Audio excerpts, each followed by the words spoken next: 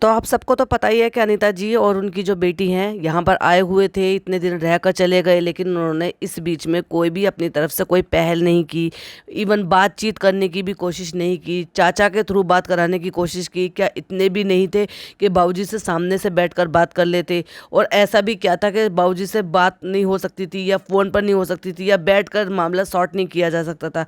खैर, वो उनकी अपनी चॉइस थी, नहीं किया, इतने दिन रह लिए और सिर्फ यही सब चीज़ें दिखाते रहे। हम परेशान हैं, हमारी फैमिली अलग अलग रह रही है, हम यहाँ पे खाने में मन नहीं लग रहा, हमारा ये नुकसान हो गया, हमारी तबीयत खराब है, ये सब करते रहे। लेकिन जिसकी वजह से यहाँ पर आया गया था, यानी कि अपने अपने केस को ख़त्म करने के लिए यहाँ पर आया गया था, वो वजह ना उन्होंने कोशिश की, ना ट्राई किया, और बस यहाँ आके इतने दिन रह के खाना पीना बना के, वीडियोज़ बना के, व्लॉग बनाकर और वापस यहाँ से शिफ्ट हो गए हैं। और आज अपनी ज़िंदगी बड़े आराम से निकाल रहे हैं, मेला भी देखा जा रहा है, सारे काम हो रहे हैं।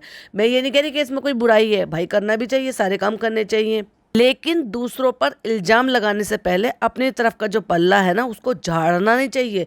उसको भी पूरी तरह से दिखाना चाहिए कि आपने क्या किया है, कौन सा केस किया है, उसकी भी एफआईआर पूरी की पूरी डिटेल में दिखानी चाहिए थी।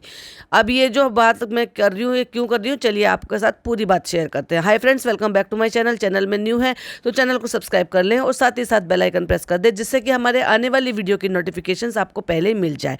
तो देखो, मेरी 2-3 दिन से तबीयत ख़राब हो रही थी, आप सबको भी पता है, अभी भी गला थोड़ा सा ख़राब है, लेकिन फिर भी अब मैंने क्या है, कल मैंने बिल्कुल भी ऑन कर नहीं देखा कि क्या चल रहा है क्या नहीं चल रहा है। मैंने पूरा दिन आराम से रेस्ट किया, सो इसलिए आज मुझे और भी ज़्यादा बेहतर लग रहा है। आज जब मैंने नेट खोलकर यूट्यूब खोलकर देखा तो मैंने देखा गोलू ने एक वीडियो अपलोड की है, जिसमें उन्होंने एक चीज़ भी अपलोड की है, यानी कि एक एफआईआर की कॉपी है जिसमें कुछ धाराएँ लिखी हुई हैं, जिनको वो धाराएँ समझ में नहीं आ रही है, क्योंकि हर किसी की बस की नहीं है वो सारी चीज़ें, और हो सकता है बहुत सारे लोगों को तो वो समझ में भी नहीं आया हो। अब जहाँ एक तरफ ये बोला जा रहा है उन्होंने जो केस किया है वो बहुत बड़ा केस है, चीर हरण का केस है।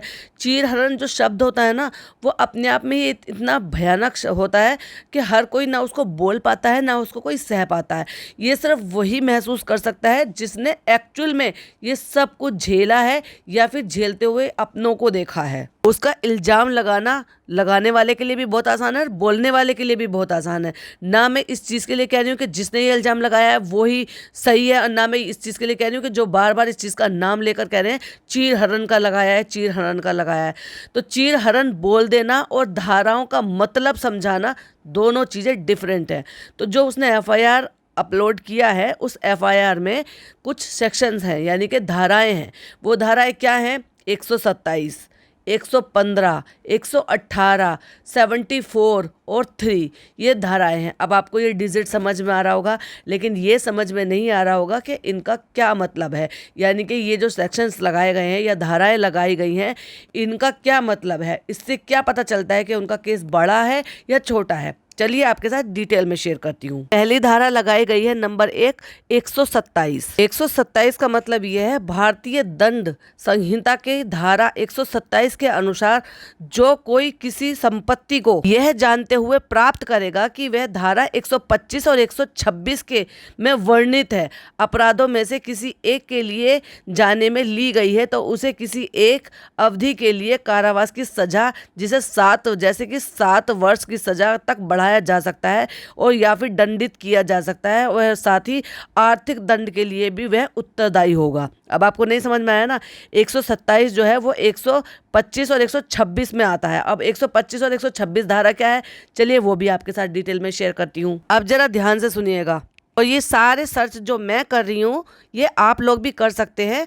आप गोलू की वीडियो में से स्क्रीनशॉट ले सकते हैं, उसमें जो धाराएं लिखी हुई हैं, जब आप उसको गूगल पे टाइप करेंगे, यानी कि जैसे कि मैं अब पढ़ रही हूँ 125 धारा क्या है, तो आप जब ये लिखेंगे तो हिंदी में लिखेंगे तो हिंदी में आ जाएगा, इंग्लिश में लिखेंगे तो इंग्लिश में आ जाएगा, पूरा डिटेल में, जिससे कि हर कोई पढ़ सकता है कि ये क्या धारा उन्होंने लगाई गई है। क्योंकि ये जो धारा है वो लगाई गई है गोलू हर के लिए, यानी कि ये गोलू के खिलाफ जो एफआईआर की गई है उसमें ये धारा लगाई गई है।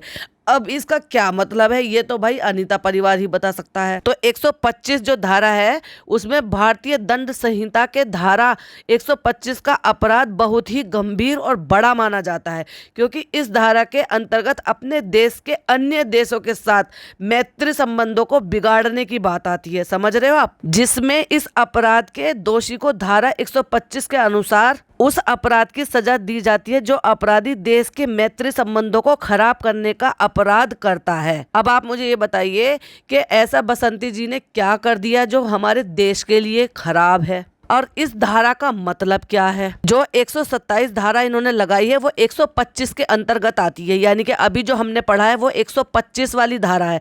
अब 126 वाली धारा के बारे में भी डिटेल में बता देती हूँ, जो कि इन दोनों के तहत ही 127 वाली धारा लगाई जाती है। ध्यान से सुनिएगा, अब जो मैं पढ़ने जा रही हूँ वो 126 धारा पढ़ने जा रही हूँ, यानी कि इससे पहले जो मैंने पढ़ी थी वो 125 धारा पढ़ी थी।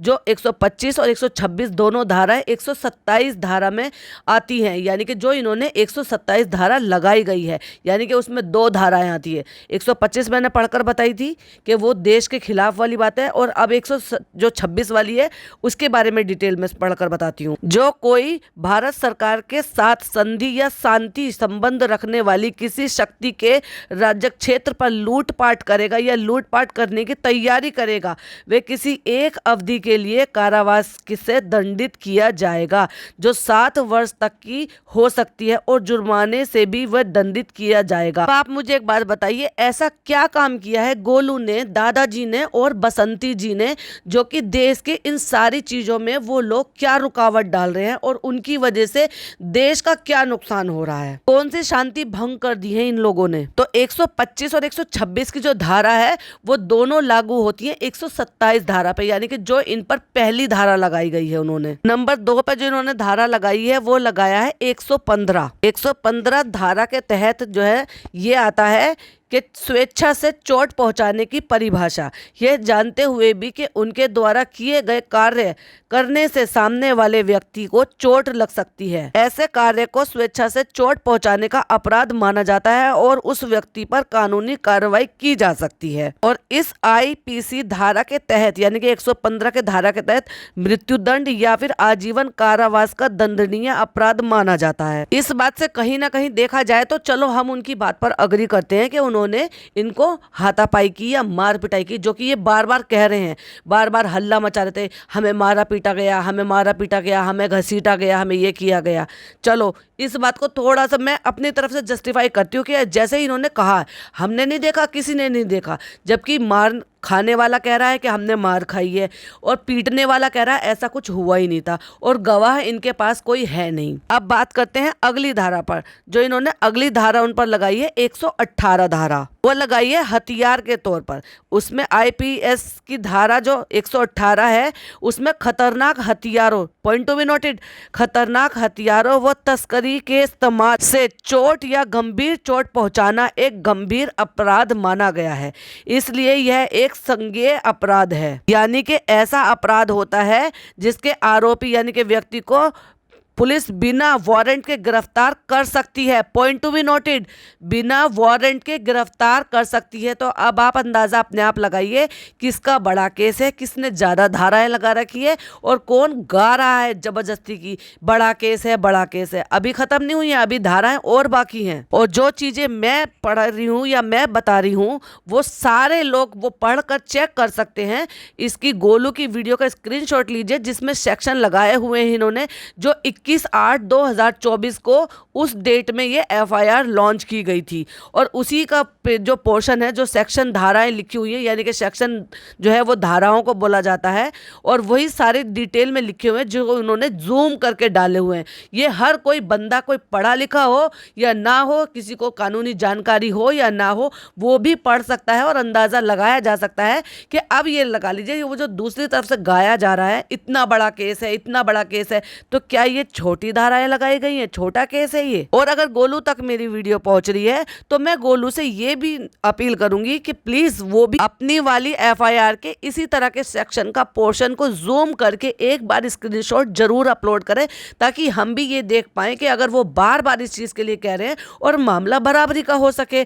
जिससे कि अब हमने यहाँ पे देखा, आपने सेक्शन दिखाए, हमने वो देखे, उससे ये समझ में आ गया कि वो जो बार बार कह रहे हैं हमारा केस छोटा है, उनका केस बड़ा है, तो यहाँ से समझ में आ गया कि उनका ये कहना झूठ है। तो क्या वाकई में उनका जो कहना है, जो सेक्शन आपने लगाए गए हैं वो कैसे हैं? तो प्लीज़ अगर मेरी ये वीडियो आप तक पहुंच रही है तो जिस तरह से आपने ये वाला जूम करके यहाँ पर अपलोड किया है, वो वाली एफआईआर की कॉपी भी इसी तरह से सेक्शन जो है वो जूम करके अपलोड करें। अब बात करते हैं अगली धारा की, जो कि है 74 जो धारा है उसके बारे में लिखा है बच्चों की पहचान उजागर करने का प्रतिषेध, यानी कि उपधारा के उपबंधों का उल्लेख करने वाले किसी भी व्यक्ति को 6 माह तक कारावास या 2 लाख तक के जुर्माने का दोनों से दंडित किया जा सकता है। मतलब समझ रहे हैं कि किसी भी बच्चों की पहचान को उजागर करने पर, यानी कि सरेआम उसको अपलोड कर देने पर, या फिर उनको फैला देने पर, या फिर बता देने पर, या फिर जैसे कि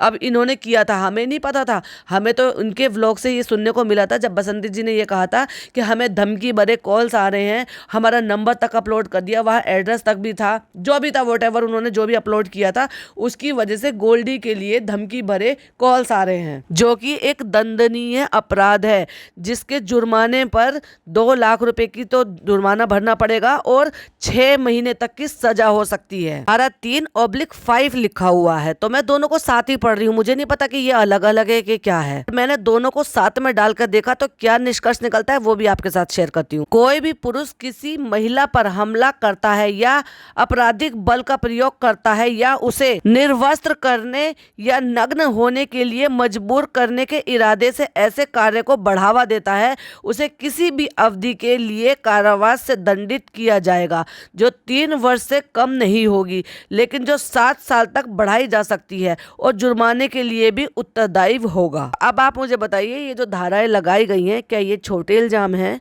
क्या इनको बड़े इल्जाम नहीं कह सकते? हो सकता है ये बहुत ज़्यादा छोटे हो, क्योंकि हो सकता है ये तो भाई शायद उनका छोटा मोटा सा रोज का काम हो कि भाई चलो ठीक है, किसी की पेंसिल चुरा ली, किसी की रबड़ चुरा ली स्कूल में। तो लोगों को बेवकूफ़ बनाना और ये सिर्फ बोलना, बार बार बोलना, परेशान दिखना, ये नुकसान हो गया, वो नुकसान हो गया, ये सब कहते हुए अपने दिनचर्या के काम भी नहीं करना। और रही बात तबीयत खराब होने की, जो तबीयत खराब हुई थी ना निंदा जी की, वो तो सबको वायरल हो रहा है। अब मैं कहूँ कि भाई मैं भी टेंशन में हूँ, मेरी देवरानी ने मुझे परेशान किया, हमारे खिलाफ केस हो गया, उसकी वजह से टेंशन से हमें जुकाम हो गया, तो ये तो पॉसिबल नहीं है ना भाई। जुकाम तो मौसम की वजह से होता है, और कोई टेंशन में होता है ना, जिनको वाकई में टेंशन होती है और जिनको चाहिए कि इन सारी चीजों से छुटकारा चाहिए, तो वो उनका निवारण ढूंढता है, ना कि घूमना फिरना और ऐश करना। और भी कई सारी वीडियोस आई हुई हैं जो मैंने अभी तक नहीं देखी है, लेकिन उनमें भी उन्होंने बहुत सारी चीजें बताई हैं और खुलकर बताई हैं, जो ये लोग एक तरफ से अभी तक सुनने को मिला था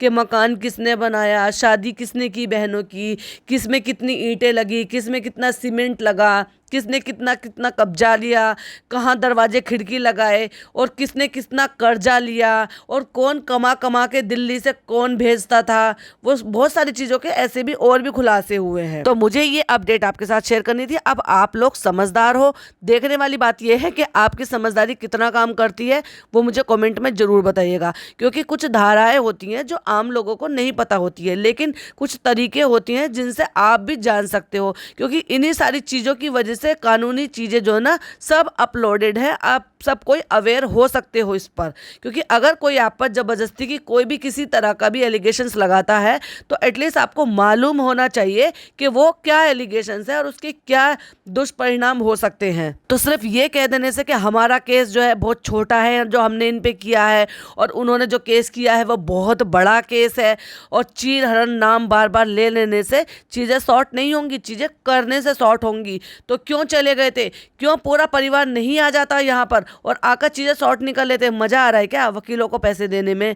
अच्छा लग रहा है क्या? अच्छा, यूट्यूब से जो इतना सारा पैसा कमाया जा रहा है, क्योंकि बसंती सी तो बहुत कमा रही हैं, और इतना कमा रही हैं कि वो कर्जा भी दे रही हैं, घर भी चला रही हैं, और बाबूजी का भी देख रेख कर रही हैं, अपने जो है जो हस्बैंड चले गए इस दुनिया से उनका कर्जा भी दे रही हैं और ऐश की ज़िंदगी भी जी रही हैं, टूर भी कर रही हैं, है ना, और वकीलों को भी पैसे दे रही हैं, इतना वो कमा रही हैं। तो आप तो उनसे कई गुना ज़्यादा कमा रहे हो, तो सोच कर देखिए फिर आप लोग क्या कर रहे हो। अरे भाई, इन सारी चीज़ों में कुछ नहीं रखा, आइए और मैटर को सॉल्व कीजिए। और ये जो छिछा लेदर कर रहे हो ना अपने घर की, यहाँ से एलिगेशंस लगा दिया, वहाँ से एलिगेशंस लगा दिया, जो भोली भाली सी जनता है ना, जो आप कहते हो ना हम इस लैंग्वेज में बोलते हैं तो हमारे आसपास की जनता समझ जाती है।